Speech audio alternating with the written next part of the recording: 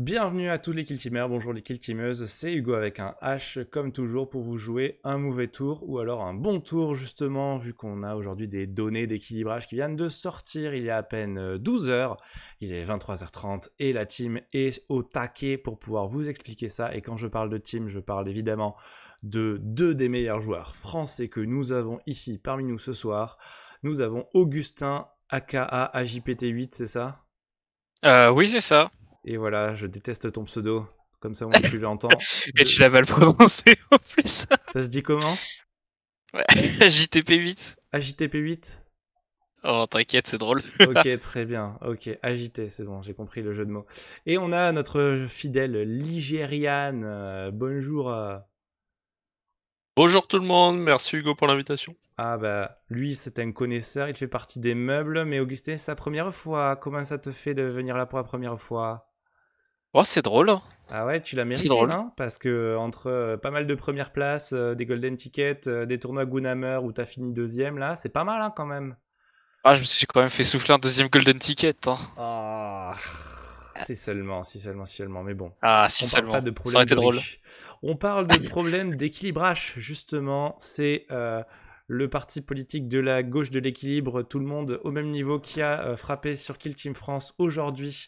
Donc, on a un équilibrage de toutes les puissances de feu de chacun et on va pouvoir le voir tout de suite. Alors, on est en train de scroller un petit peu jusqu'à ce qu'on trouve, comme à chaque fois, des petits astérixmes et des petits obélixmes.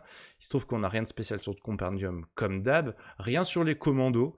Je commence déjà à faire une digression, mais est-ce qu'il fallait revenir en arrière sur certaines des nerfitudes qu'il y avait eu?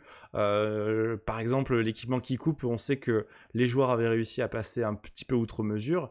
Est-ce que ça valait le coup de faire un nerf cette fois-ci ou là ils ont attendu? François, disons. Oh, Allez. Ah, pardon. Euh, Concernant les commandos, oui, moi je trouve ça un peu surprenant l'absence de nerf parce que ils sont, si on regarde à peu près les statistiques, ça reste la team la plus choisie pour les tournois, mais avec un win rate qui est proche des 50%, un peu en dessous. Donc a priori, il n'y a pas de problème. Le problème, c'est une team qui fait plein de podiums, quoi. Donc en termes bien joués, en gros, ces nerfs ont un peu impacté, mais pas tellement. Et comme je disais la dernière fois, le principal problème avec les commandos, c'était la pression énorme et le map control qu'ils avaient. Et ça n'a pas été touché. Et du coup, ce sera vraisemblablement pas touché pour cette version de Kill Team. Oui, en plus, l'histoire du Squeak Bomb qui t'empêche. Enfin, la portée de boom du Squeak Bomb, au final, ça a même arrangé sur la mise en place des commandos, quoi. Oui, en plus, c'est ça. C'est que dans un certain sens, il y a des nerfs qui n'en étaient pas vraiment. Mm. Mais bon, quand même, le Just Scratch était quand même un gros changement. Je veux dire, là-dessus, on peut pas chipoter. Ouais. Augustin, un petit truc en plus ou tu as à peu près la même analyse? Euh, ouais, à peu près la même chose. C'est une team qui est forte, qui fait des choses très très très bien, et qui fonctionne bien du côté compétitif du jeu, quoi. C'est aussi simple que ça. Depuis le début. Garde un peu aux vétérans, pas eu de modification. Et bon, je sais pas si ça a eu un méga impact. On va peut-être pas parler de tous ceux qui n'ont pas. Mais bon, je vais le dire à chaque fois que ça semble assez étonnant. Alors là, j'en ai vu un à droite, mais je vais quand même commencer par la gauche. Kill Team Shalnat, le cibleur. Les Pathfinders, nous commençons à avoir vraiment une liste de courses digne de ma liste de courses, je crois. Parce que là, on arrive à avoir encore des modifications sur 3 points. Ok. Alors, c'est parti, c'est parti. Augustin. Ah, premier changement qu'on a, c'est le changement sur le drone de reconnaissance. Donc on passe de relancer tous les dés qu'on veut à relancer un seul dé. Est-ce que ça va faire qu'on ne prend pas le drone? Je ne pense pas. C'est 12 HP, c'est un bon canon, c'est une sauvegarde à 4.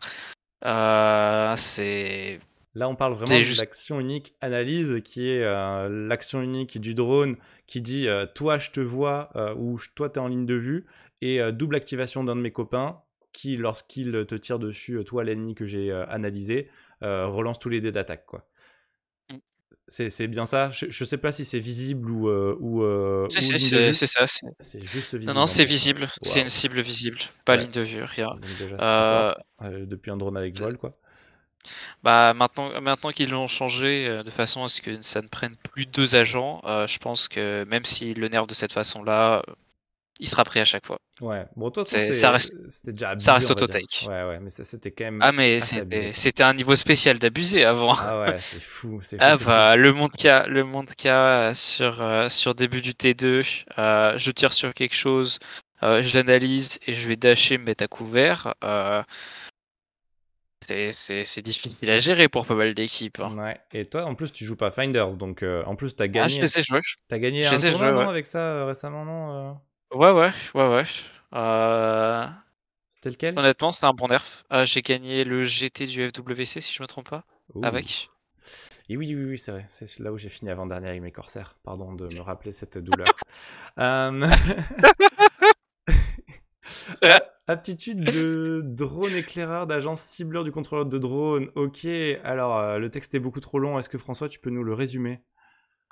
Oui, bah c'est simplement parce que ça, c'est pas vraiment un nerf, je dirais que c'est juste ça devrait être plutôt une entrée de FAQ. C'est globalement appliqué aux drones qui pouvaient être déployés en avant, toutes les contraintes qui étaient mises, que ce soit sur Betadesima ou dans le noir. Alors typiquement la première partie c'est pour Betadesima qui est au début de la data slate en disant que le drone ne peut être qu'à 4 de sa zone de déploiement. Et oui. Et la deuxième partie c'est pour Into the Dark qui là est dans une FAQ qui en gros qui dit que pour tous les stratagèmes de type déploiement avancé donc qu'on les commandos notamment et ben c'est remplacé par un mouvement normal et ou une ouverture de sas. Ah oui. Et la contrainte que l'ordre ne peut pas être changé. Donc là, c'est juste la même chose est appliquée sur les drones. Pourquoi ça ne s'appliquait pas avant? Parce que à chaque fois, la FAQ mentionnait les stratagèmes de déploiement en avant. Sauf que là, pour le drone, pour l'attitude du drone contrôleur, c'était pas un stratagème, mais c'était une habilité, donc c'était pas concerné. Ah là là. Maintenant, Mais ça c'est l'est. vrai que ça fait un gros bloc dans une data slate pour un truc qui, oui, en effet, ressemble totalement Voilà. à de la FAQ. Je plus sois. Après, on a le subterfuge stratégique balayage de reconnaissance. Donc, c'est un sprint pour tout le monde s'ils vont plutôt proche des flancs, c'est ça? Ou je me suis trompé? Oui, c'est ça. Sauf que ils ne peuvent pas finir dans 6 pouces de leur propre kill, Zone d'une autre d'insertion. kill zone edge. Ouais, voilà, Ah oui, c'est ça. ok. Ah oui, oui, Prison Ne Edge. pas pouvoir. Et là, celui-là, il peut plus être utilisé au premier tournant, ce qui permet de dire bye bye à 3 pouces de grenade dash. À l'Alpha Strike, enfin, ça tombe, enfin, c'est quelque chose qui se fait pas forcément très très souvent parce que c'est énormément de ressources pour le joueur de Pathfinder, mais c'est quand même, je pense, les nerfs qu'on a vus pour l'instant, en tout cas des changements, c'est quand même important comme changement pour eux parce que une grosse partie de leur mise en place T1, c'était maximiser ça, maximiser leur pression en fait. Et ne pas l'avoir, honnêtement, va les rendre beaucoup plus buvables. Même s'ils n'ont pas changé le drone, le drone à fusil, je sais pas comment il s'appelle en français, qui peut changer, auquel on peut donner plus un APL en open, lui changer son ordre, move dash, et il tire sur quelqu'un qui est mis nulle part. Ce qui m'étonne qu'il ne l'ait pas changé. Mais sinon, sans ça, c'est quand même un bon nerf pour Pathfinders. Mais pas aussi gros que ce à quoi je m'attendais personnellement. Ok, de toute façon, c'est sûr que pouvoir deny un premier sprint pour tout le monde en début de partie, c'est quand même toujours très fort. Même si on pense pas forcément à voilà, l'Alpha Strike, ouais, est-ce que ne pas pouvoir te positionner ou juste te dire bon au début je suis vraiment à poil derrière aucun décor parce que je sais que juste après je vais pouvoir les planquer grâce à balayage de reconnaissance, c'est quand même un confort énorme. Et il y a les Vetguard et il y a aussi les commandos qui ont ce genre de choses là et c'est toujours hyper agréable de l'avoir dans ta toolbox de début de partie quoi. François, un dernier petit truc à dire sur ça? Ouais, non, je suis d'accord. C'est bien qu'ils aient touché à la pression early game de ça. Ça aurait été bien, comme tu le mentionnes, pour dans les autres cas des stratagèmes comme ça de prise de map control très fort comme celui des commandos, je pense. Effectivement, ça va peut-être pas suffire dans le cas des Pathfinder. Beaucoup de gens attendaient l'augmentation du coût sur certains équipements qui étaient très très forts, qui interagissaient avec les marqueurs light globalement, et c'est pas la direction qui a été choisie visiblement. Et oui, c'est un peu dommage. Je trouve aussi que c'est sacrément trop balèze le nombre d'équipements qui aident trop les marqueurs light. Mais bon, on va pas refaire le monde, sachant que on le dit, on le redira à la fin. On pense que c'est potentiellement la dernière data slate de l'édition. Et voilà, tadadam. Donc jusqu'à la future, sans doute prochaine édition, on va avoir cette méta qui va arriver. Ou alors peut-être qu'ils vont faire une data slate de semi-trimestre, quoi, dans un mois et demi, on sait jamais. Ça m'étonnerait beaucoup. Mais là, on était vraiment jour pour jour à 3 mois de la précédente, quoi. C'était le 27 mars. Et là, on est vraiment le 27 juin. C'est parfait. Les légionnaires viennent d'avoir un énorme changement. Et oui, en effet, on peut avoir toutes les marques du chaos possibles dans sa liste d'agents, donc c'est-à-dire ce que vous fournissez en début de partie à votre adversaire, ou en tournoi, c'est là où c'est le plus utilisé. Et donc, en fait, vous allez pouvoir mettre un gros mélange des 5 marques du chaos. Donc, c'est trop cool. Mais par contre, en partie, vous aurez toujours les antagonismes Slaanesh-Khorne et Nurgle-Zinch. Mais ce que ça produit que un match de tournoi, vous pourrez jouer en full Nurgle. Un autre match de tournoi, vous pourrez jouer en full Zinch si vous avez choisi ces personnages-là dans votre liste d'agents. D'ailleurs, qui est toujours bloqué à 20 pour les légionnaires. Moi, je trouve qu'ils auraient dû aller à 30. Parce que juste en Nurgle Slaanesh KO universel, moi j'allais à 40 quand même quand j'avais fait ma liste. Donc bon, là c'est quand même open bar et donc il y aura plus d'une centaine d'entrées possibles différentes pour tout ce roster de légionnaires. Vous en pensez quoi, vous ? Ça, c'est un bon changement de niveau qualité de vie pour les joueurs légionnaires. Après, bon, d'un point de vue plus pessimiste, j'ai l'impression que c'est quand même un constat deux constats d'échec, quoi. Que globalement, les rosters, ça sert pas à grand chose. Ça, c'était le cas avec toute cette édition de Kill Team, quoi. Et que aussi c'est un peu un constat d'échec sur les légionnaires, quoi, plutôt que essayer de remettre à niveau certaines marques du chaos. On dit voilà, vous pourrez prendre Nurgle et Zinch et vous adapter au cas par cas. Ce qui est quand même assez agréable, ça c'était quand même quelque chose qui était annoncé et voulu par Rémi H. Reaper depuis très longtemps, là, cette histoire de décloisonner les marques dans ton roster, juste pour avoir le choix de prendre du Zinch quand tu te retrouves face à une team avec beaucoup d'AP, ou alors, je sais pas quels sont les autres cas qui sont très très importants où ce changement de marque jouerait beaucoup. Je pense que le cas important c'était Nurgle et Zinch. Parce que en fait ils aiment bien deux choses différentes. Nurgle n'aime pas l'AP et Zinch est en fait la marque anti-AP avec le ploy pour avoir je sais plus si c'était une 4+ invulnérable ou Ouais, 5+ c'est une invul 4+, invulnérable. ouais, 4+ invul. Ouais, une invul 4+, et Nurgle en fait se fait absolument démolir dès qu'il y a de l'AP, quoi. Et donc ne pouvant pas avoir les deux sur la même sur le même roster, t'es vraiment une des limitations de l'équipe. Enfin, Et je me souviens bien. Et ce qui est vraiment triste, c'est que notre fameux boucher sanguinaire n'a pas du tout reçu des ups comme là le boucher Nemesis, quoi. Donc on pouvait s'attendre à ce qu'il ait une 5e attaque, des trucs comme ça, et là, pas du tout, pas du tout. Au revoir le boucher, encore une fois. Dommage. Je le trouve très bien, le boucher sanguinaire actuellement. Son but, c'est contre les teams de tir, de pouvoir deny des endroits complètement. Et puis, il a pas 5 attaques, mais on peut lui donner une lame qui lui donne 5 attaques au cas où il se fait charger. Donc, ça pose pas trop de problèmes. Oh. Il est particulièrement intéressant contre les équipes de tir, contre lesquelles normalement il n'y a pas vraiment besoin d'être ultra overkill en mêlée. Et il est aussi très bon en ITD si je me trompe pas. Mm. Moi, je l'aime bien parce qu'il met des patates à 6-7 en critique, Aussi. voire 8 en Slanesh. Et ça c'est toujours le plaisir de pouvoir aligner une liste où tu as un élu avec une lame démon qui crit à 8 en Slanesh et idem pour le boucher sanguinaire de Slanesh. Petit plaisir personnel qui m'arrive de temps Et en ça temps aussi.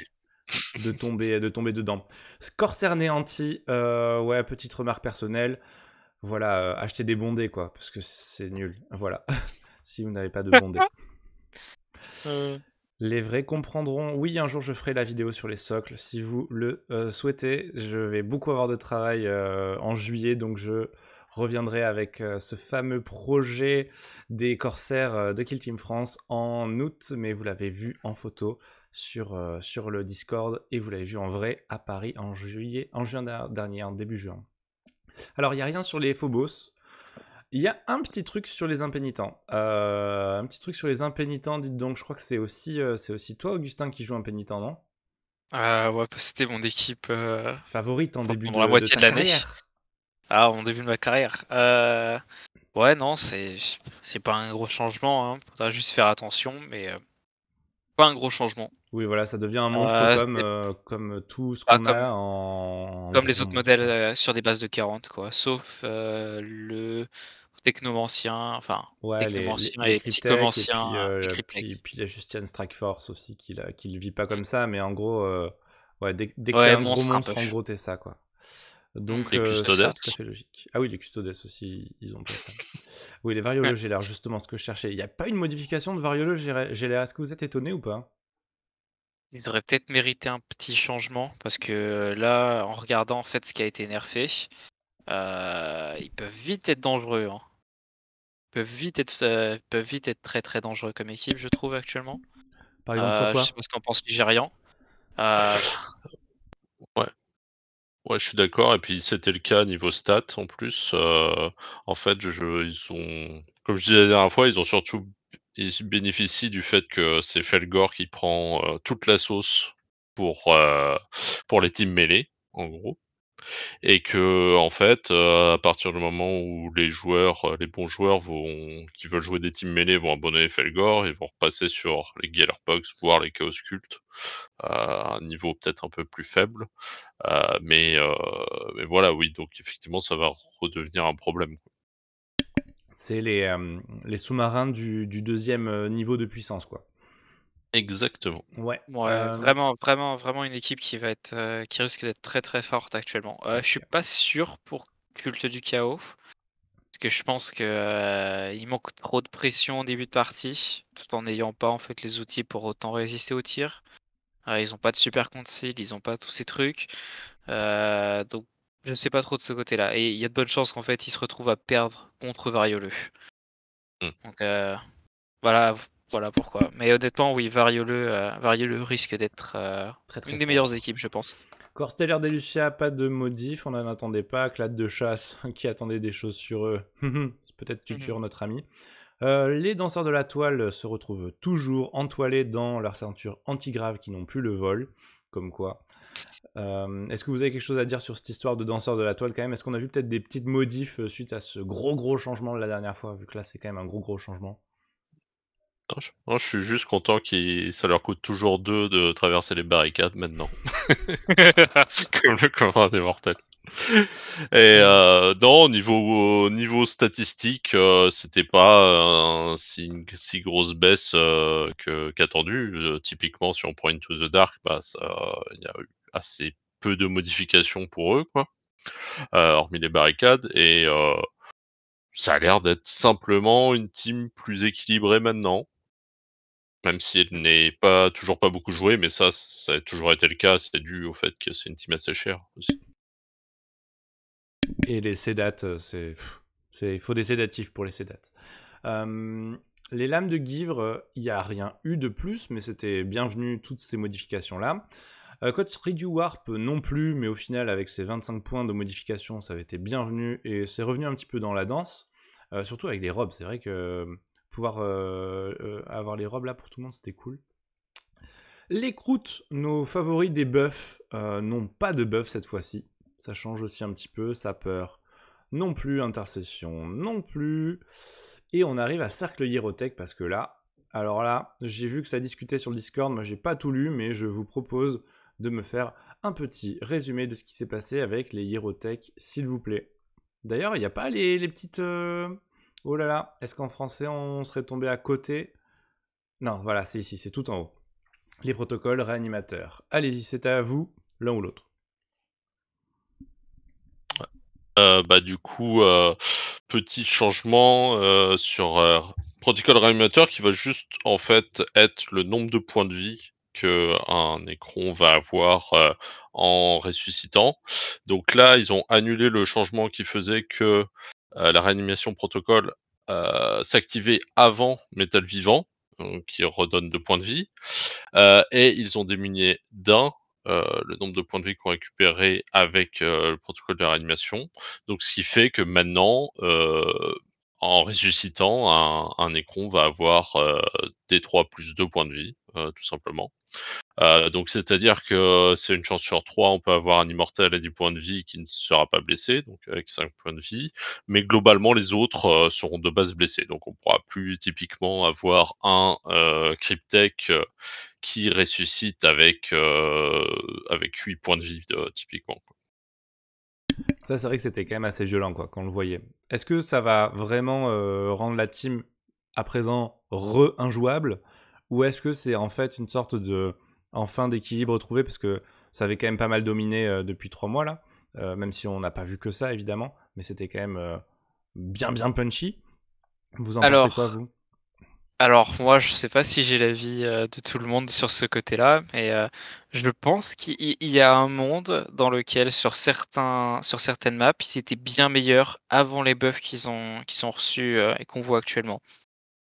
Juste à cause de la nanomine. Mais maintenant, je pense qu'ils restent dans une bonne position. Ils sont beaucoup moins oppressifs parce que ils vont pas revenir. Enfin, ils devraient pas revenir dans la plupart des cas en étant à plus de 5 HP, en tout cas pour les immortels.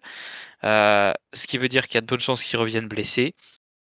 S'ils reviennent blessés, ils vont toucher sur du 4. C'est pas terrifiant. Alors que l'immortel qui revenait forcément avec au minimum 6 ou 8 HP et qui d'un seul coup touchait sur du 3, avait changé son ordre. Donc en gros, au moment où le gars l'active, il va passer en engagé, tirer sur quelque chose en touchant sur du 3. Enfin, c'est beaucoup moins oppressif. Le fait que les opérateurs reviennent blessés. Donc là, en fait, c'est juste sur le 3+, qui devient 4+. En termes de mouvement, ça change rien parce que là, ils peuvent pas se déplacer à moins que 4 pouces, de toute façon. Vu qu'ils sont blessés. Mmh. Ça Ouais, va ouais. changer pour la Prantech Ah oui, la Prantech, ouais. et les Cryptek, du coup. Ok, ouais, en Mmh. effet. Ok. Par contre, est-ce que ça veut dire que quand on fait une réanimation, il faut mettre un petit peu son gars de côté pendant un tour, juste histoire qu'il puisse profiter d'un Living Metal au tour d'après afin d'être bien sur pattes pour retaper. Enfin, après, on va voir comment est-ce que les gens le jouent, mais je me dirais qu'il y aurait peut-être quelques cas où il va falloir le laisser en retrait pour pouvoir retaper T3, mais que T2, il est un peu HS, quoi.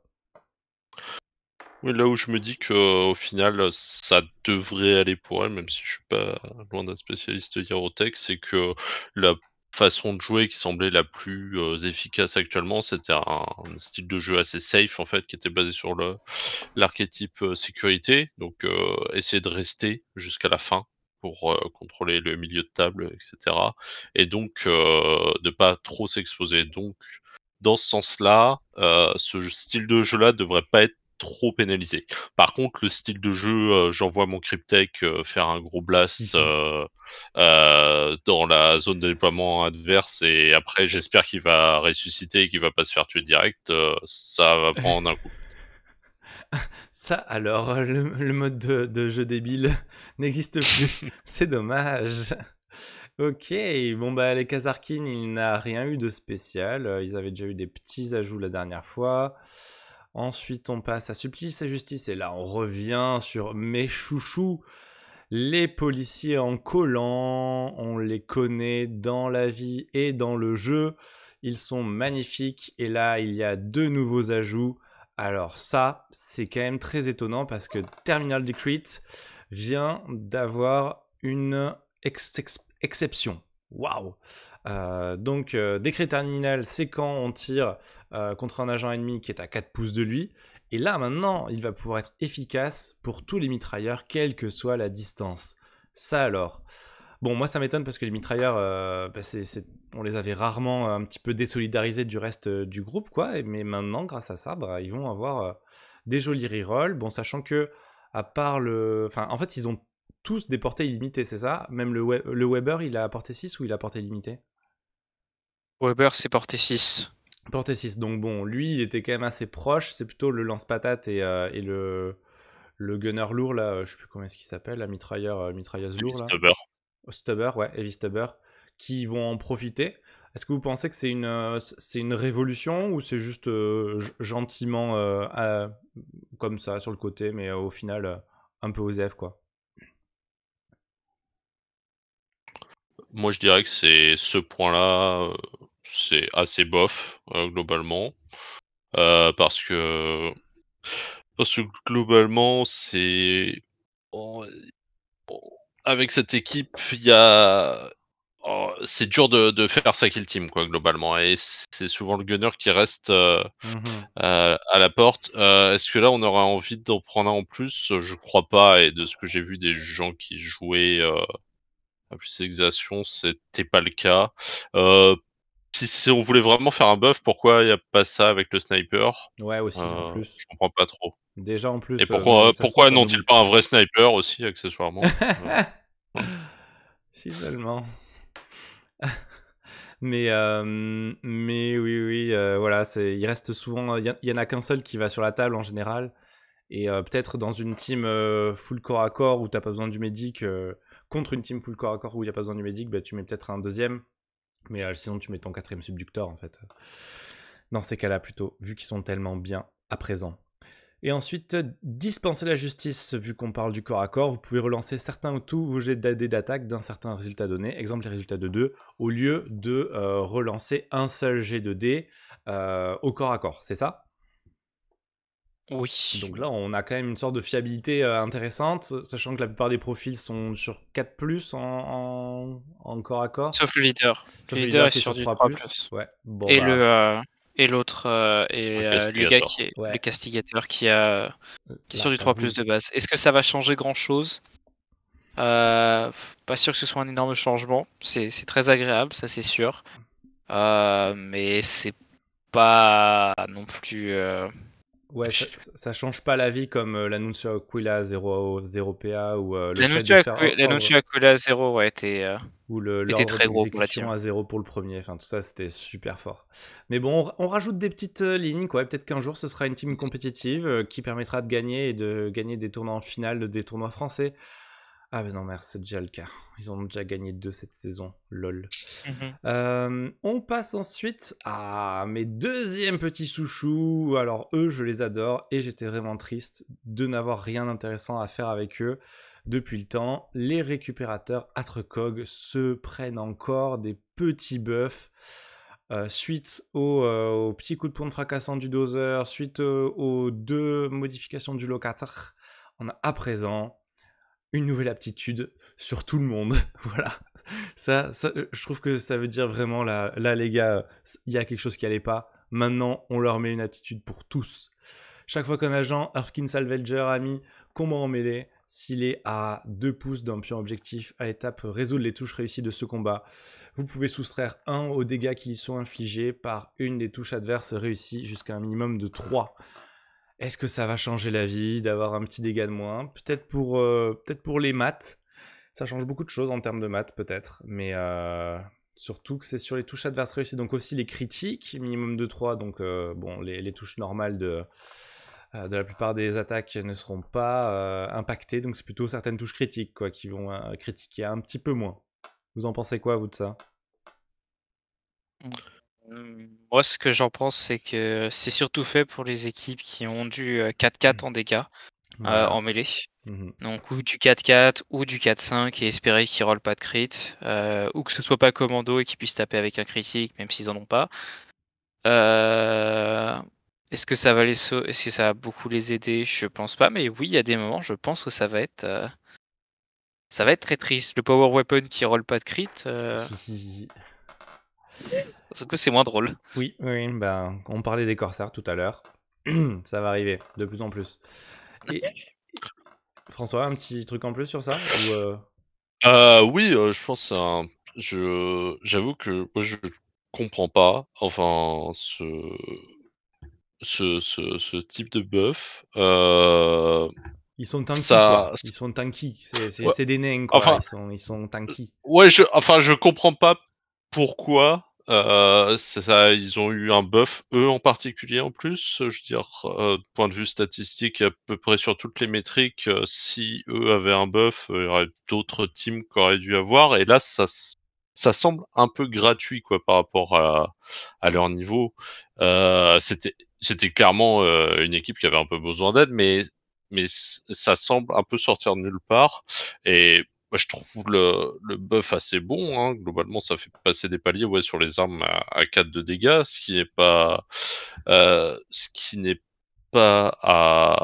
ce qui est à mettre en aussi, si on ajoute à ça le fait qu'ils ont des assez bonnes armes de corps à corps, ça fait que, ouais, maintenant c'est des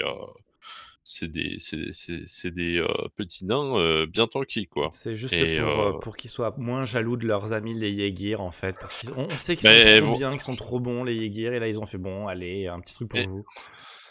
mais voilà, oui, je comprends pas ce buff parce qu'en plus, les gens qui voulaient jouer les Yeagir tout nouveau et tout, qui ne vont pas avoir de modification parce que la team vient de sortir, mais du coup, ça va un peu, ça risque un peu de les enrager, quoi, de voir les anciens se faire buff autant. Ouais, mais j'ai même pas l'impression que c'était la résistance, le vrai problème des Salvagers. C'était plutôt du mouvement quoi. Et au final, c'est les Yegir qui arrivent à compenser ça avec leurs 3 fois 4 pouces de pré-dash game quoi. Enfin, c'est vraiment pas les mêmes sujets quoi pour moi. Mais bon, les paliers c'est toujours intéressant en effet. En effet, en effet.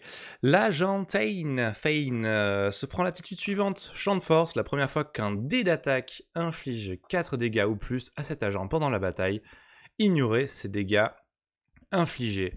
Donc j'imagine que c'est comme une sorte de petit token, c'est une sorte d'équipement gratuit et une fois, quand tu te prends un petit coup de plasma, bah, tu le prends pas quoi. Enfin sur un des dés. C'est tout. Ah, Mais c'est un just scratch sur le leader. ouais, c'est trop bien. C'est trop C'est, bien. Hein, mais c'est pourquoi? encore une fois, Ah, mais on a donné au leader Erkin Jaeger la capacité de pas mourir. Ah bah on va donner un au petit truc. Salvager Just Scratch. Voilà, Oh c'est ça, c'est des cadeaux. C'est un petit peu le YOLO de fin de saison là. Ils sont partis sur allez, ouais, on y va, on y va, on y va. C'est parti. Et Et-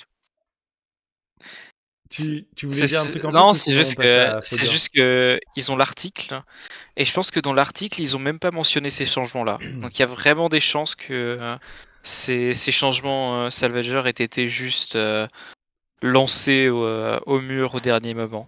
C'est stagiaires. Ils ont fait vas-y, trouve un buff là. Fait allez, c'est parti. Bah là on retombe sur une de nos petites saveurs de l'été. Les ravageurs affreux gore qui sont comme d'habitude toujours aussi relous et qui ont été nerfés. C'est étonnant, n'est-ce pas? Et donc on a un certain nombre de bonhommes caractérisés par par des implacables sur leurs armes de corps à corps. Donc il y a 3 bonhommes qui ont été transformés en incessants. Donc à la place de tout relancer, ils relancent que des 1. Bon, déjà, c'est un peu moins surpuissant en effet, ou tout touché partout, quoi, avec ces gars-là. On a aussi le fait qu'il y ait 2 personnages qui étaient avec 11 points de vie au lieu de 10, qui repassent à 10, donc il n'y a que le leader qui est supérieur en termes de points de vie aux autres. Ça permet d'aider aussi à l'adversaire à se dire, bon, qui a quel point de vie, là, ça devient beaucoup plus normal. Et là, enfin, un petit changement pour pouvoir aider les gens qui ont une attaque de tir. Alors, Augustin, toi qui as joué Felgor, mais de toute façon tous les deux vous avez joué Felgor, mais Augustin tu les as joués encore plus récemment il me semble. Est-ce que tu peux nous raconter ce que c'était ce subterfuge stratégique détermination téméraire et nous dire en quoi il change? Bah ça, ce stratégique. Ce stratégique est quelque chose de spécial parce qu'en fait, ça permettait, dans l'idée, c'est simple. J'active mon agent, je charge un ennemi, je le tue et j'essaie de me placer de façon à être à couvert. Comme ça, quand il y a son pote qui me tire dessus, bah je vais retenir 2 dés de couvert. Et si je me prends le tir de plasma et qu'après il veut me tirer dessus et essayer de faire des crits pour me tuer à distance, bah j'aurai 2 dés automatiquement. Donc en gros, s'il a un critique, je le pars. Voilà pourquoi c'était un problème. Voilà pourquoi c'est un gros problème ce truc. Et donc là, qu'est-ce qui change? Parce que moi, dans la lecture juste de la règle, là, comme ça, sans l'avoir l'initiale sous les yeux, ce qui se passe, c'est qu'il a pas 2 dés de couvert. Et ça ne s'additionne pas au couvert. Ok, d'accord, ok. Très bien. Donc il peut pas retenir les deux à la fois. Oui. Pour C'était les fou, ça, ouais. 2 autres changements, je sais pas si François aura le même avis. Ce qui fait beaucoup de mal actuellement, c'est le fait qu'il perde en fiabilité. Parce que vraiment, la pire chose à faire si on joue Felgor, c'est charger, combattre et mourir lors de sa propre activation. C'est le pire, c'est la pire chose qui puisse arriver. Et et les changements en fait, passer de implacable à incessant, enfin la réduction de points de vie, ça pointe vers de plus grandes chances Que ça que arrive. ça arrive. Mais que ton Voilà. adversaire soit content quand même, parce que ça, c'est quand même les moments de jeu les plus rigolos, n'est-ce pas?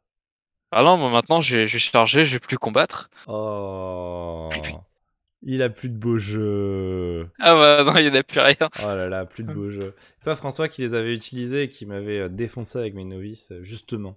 Ça, c'était à l'époque où tu pouvais faire une grenade avec ton bonhomme qui pouvait Ouais. faire attaque-tir, là. Maintenant, déjà, tu peux plus. La belle époque. La bonne époque. C'était la belle époque.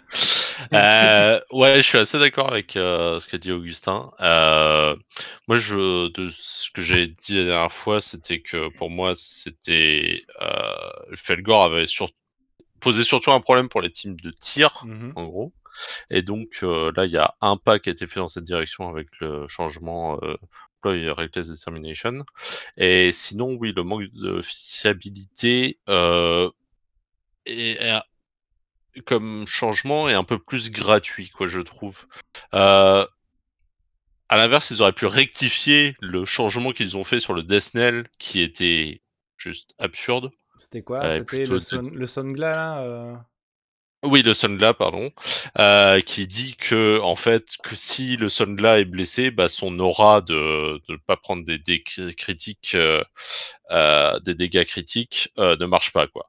Ce qu'il aurait fallu dire, c'est que si un Felgor était en frénésie, eh ben il ne pouvait pas bénéficier de cette aura, quoi. Fallait aller dans l'autre sens, quoi, Oui, et pour pas aider lui-même, les quoi. teams de Ouais, tir. c'est vrai que ça, c'était Voilà, c'est mal ça. écrit et ils sont Donc pas revenus dessus. non, ils sont pas revenus dessus et là du coup ils désavantagent les Felgor sur en fait sur l'attaque au corps à corps de certains de leurs agents. Du coup ça va un peu baisser leur efficacité face à d'autres teams qui sont bons au corps à corps. Et c'était pas vraiment là que les Felgor posaient problème. Et donc voilà, je sais pas, il fallait sûrement une modification, le point de vie en moins sur les deux agents là est assez pourquoi pas, quoi. Mais le manque de le nerf sur les relances de dés, je suis moins fan, on va Ok, dire. parce qu'après, bon, il y a quand même Ce qui quelques spécialistes de corps à corps, même dans les teams de tir, et bon, on peut se Et, dire que ça et en- permet de s'en sortir un peu plus contre ces ouais, en trois-là plus qui vont être en première ligne, quoi. ouais, je voulais ajouter quelque chose, et en plus ça va peut-être plus pousser les gens, enfin, à contourner le problème en utilisant des guerriers de base plutôt que ceux-là qui ont qui frappent sur du 3+. Et oui. Et donc en fait, peut-être que c'est une façon pour Game Workshop de vendre plus de boîtes. Je sais pas. Il est mesquin, il est mesquin. Quelque chose aussi, par contre, ce qui m'étonne, honnêtement, le nerf de implacable à incessant, C'est étonnant, je trouve, dans le sens que ça va rendre la team juste moins fun à jouer. Je pense que le nerf qui aurait dû être fait, c'était juste pas de capacité spéciale quand, quand, quand le modèle est en frénésie. Donc il n'y a pas de broyeur qui va aller double fight et tuer 2 personnes après avoir été mis en frénésie. Euh, C'est vrai que ça aurait été honnêtement, malin, ça. ça c'est les moments qui sont pas drôles quand, Oui. quand on joue contre Felgor. Alors que ouais, cool, tu vas avoir des rerolls, t'as de la fiabilisation, t'es une team qui fait que de la mêlée presque. Ouais, C'est pas si étonnant. après t'as des Honnêtement, super conceals, t'as plein de trucs cool aussi pour ne pas te faire tirer dessus. C'est toujours chez eux, hein, il me semble. Hein. oui, Pas trop bien bougé. sûr, mais très honnêtement, il y a des choses que Que je sais t'aurais pas, pas fait. j'aurais préféré qu'ils changent les capacités. euh, Parce que c'est juste des interactions qui sont pas fun avec son adversaire, et là en fait on rend la team un peu moins fiable et moins fun à jouer pour la personne qui la joue, et pas forcément beaucoup plus fun à jouer contre pour la personne qui joue contre. Ok, bon, bon point de vue. Vous pourrez en parler en commentaire ou refaire le tournoi Linounet où les Felgor avaient tout défoncé.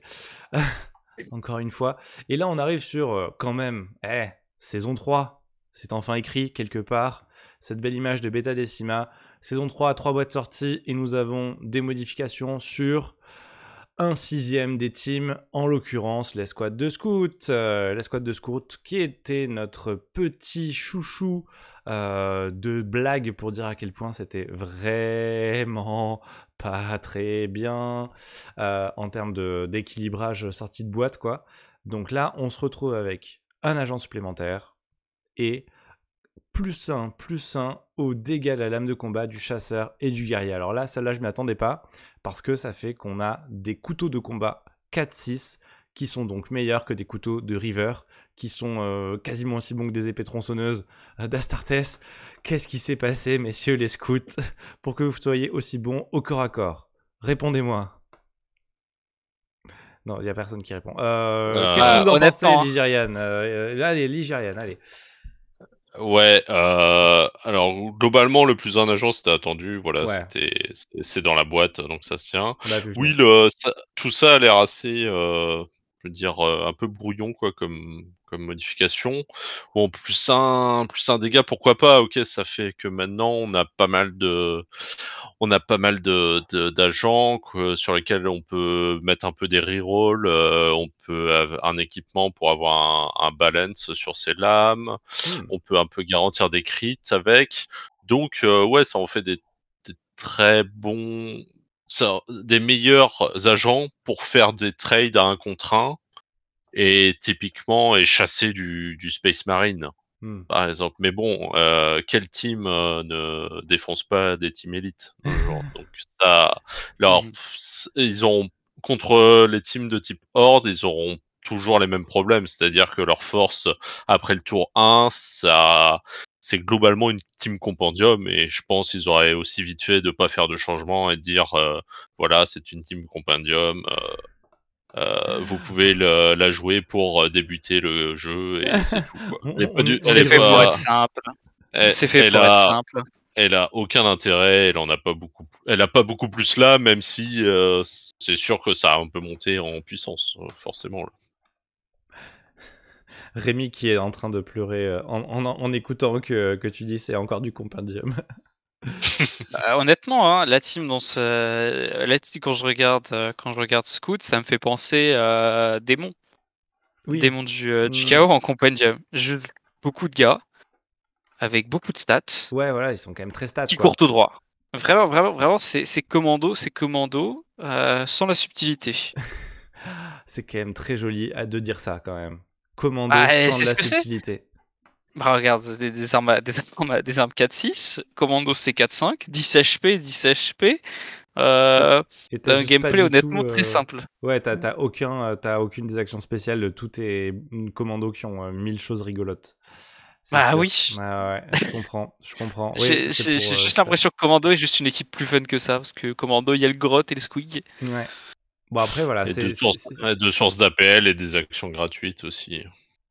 Oui, en plus. Ah ouais. Parce que là, en plus, le problème de l'APL, il est toujours présent, quoi. Ah, c'est plein de gars avec 2 d'APL et un comms. Et un comme sergent. Et le comms, c'est sur le leader, quoi. Ouais, et ça, c'est toujours un problémationnatique. Il aurait dû en donner un juste à Scout Specs, en fait. Tout court. Enfin, donner, faire de ce gars-là un comms en plus, quoi. Ça aurait été juste la base. On se rapproche encore plus de commando. Ah oui, c'est C'est vrai, donc. C'est ça. Alors moi, je dis, ils auraient dû avoir un sniper qui faisait une fusillade chelou. Ouais. Ils auraient dû avoir un lance-missile qui, quand il s'arrête, ben en fait, il reroll tout. Il reroll Voilà. tout. Ouais. En fait, tu fais juste des proxys de la commandome avec des scouts, en fait. Ah, ça serait drôle, ça, par contre. Ah, tu joues quoi? Tu joues scout? Ah non, je joue commando. Et après, il faut que tu trouves un petit chérubin pour faire le petit grotte. Et après, le squeak bomb, c'est un 4, éventuellement. Voilà. Oh là là, quel beau game design quand même. Ah là là, très très beau. Pour en arriver là. Bon, bah, je pense que c'était tout pour s'amuser sur cette Team Scout. Moi, je suis un peu dégoûté parce que je l'ai montée plutôt pour 40k. J'aurais bien aimé la jouer, mais ça donne pas toujours envie de la jouer, quoi. C'est vrai que c'est juste full stat check et reroll un style 2D de temps en temps, quoi. Alors que Atrecog, voilà, regardez à quel point il y a de l'amour dans ces modifications d'équipe, l'exaction. Est-ce que cette saison 2 n'était pas magnifique en termes de déséquilibre sur le papier et qu'il a fallu 25 points d'équilibrage pour faire en sorte que ces teams de la saison 2 fonctionnent? Ah là là. D'ailleurs, un truc qui m'étonne, c'est que Main de l'Archon est genre toujours pas été Pas bot, touché. alors que je pense que c'est vraiment une des pires teams du jeu. Il y a quelqu'un qui Genre, parlait de ça sur le Discord, non? Comme quoi c'est toi l'Igérienne qui disait que c'était à 50% Oui, win rate. Oui, statistiquement, ils sont un peu en dessous en termes de podium, mais par rapport à leur pick rate, c'est pas surprenant non plus. Il y en a des bien pires, quoi. Globalement. Là, ils sont assez équilibrés, hein, globalement. Bah, statistiquement, faut aussi se rendre compte que il y a des teams qui sont fortes à certains niveaux de jeu et plus faibles à d'autres. C'est un peu la question du plafond et du sol. Après en intérêt de jeu, oui, clairement, ils ont peut-être besoin Le sol, d'être le sol, un le sol est peu, pas si ouais. bas. Le Ouais. sol est pas si bas, c'est pas si difficile de s'en sortir, ok. Mais le problème, c'est que dès que l'adversaire en face, il donne pas du blast à ton shredder, il met pas 4 gars à côté pour la grenade. C'est partie de ces teams qui. Je sais pas vraiment ce qu'ils font en fait.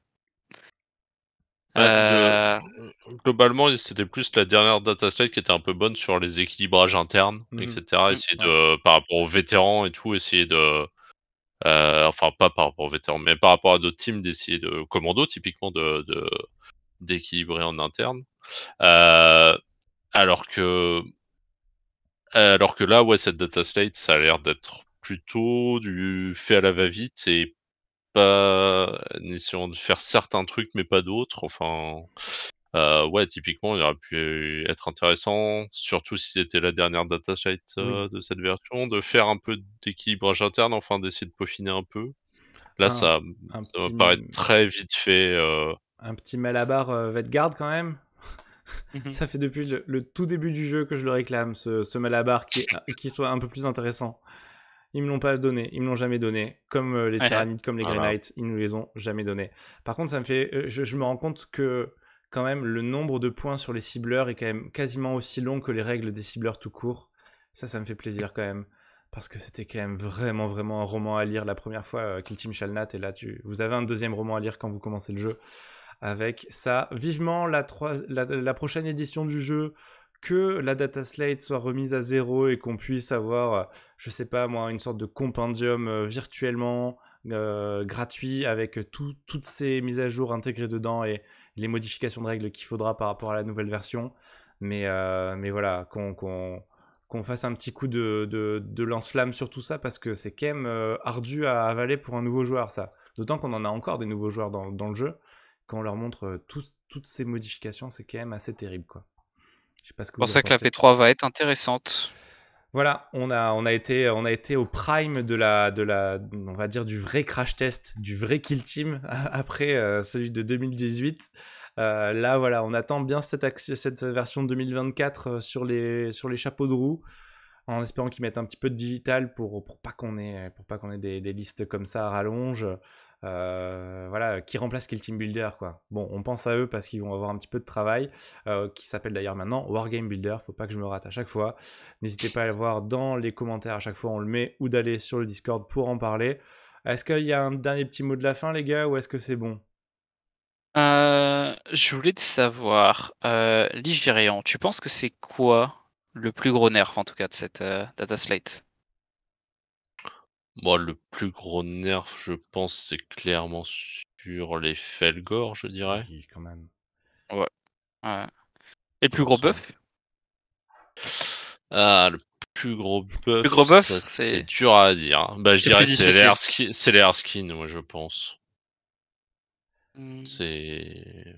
Par rapport à Ouais. leur état précédent, je dirais Scout. Parce que Erskine Ah oui, Scout quand même. Ah, Oui, était oui. oui. déjà était Je déjà à un pense... certain niveau. Ouais. Je pense pas à Scout.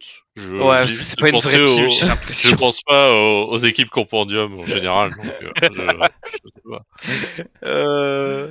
Ah là là, Oh, mais la bon, pauvre équipe. c'était quand même assez malin. Voilà, il y a une nouvelle saison d'un jeu qui existe déjà. Bah, tu mets une team simple pour que les gens puissent la prendre facilement. C'est quand même cool, quoi. Et puis elle était gratuite. Voilà, c'est quand même assez malin de leur part. Oui, mais là, sur la 3ème saison, il y en a la moitié des teams qui sont du niveau Compendium, donc ça fait un peu beaucoup quand même. Oui, c'est pas Beta Decima, c'est Compendium 2.0 cette saison 3, comme tu aimes si bien le dire. En tout cas, merci à vous deux d'être restés aussi tard. Il est minuit, presque et demi. Et on diffuse cette vidéo demain à 9h parce qu'on est sur les starting blocks et on veut que vous ayez la plus grande saveur de l'expertise Kill Team française. Et pour cela, nous avons eu Augustin et François. Merci encore d'avoir été là. Et puis on se retrouve à très bientôt, les Kill Teamers et les Kill Teameuses. Allez, ciao! Ciao. Salut!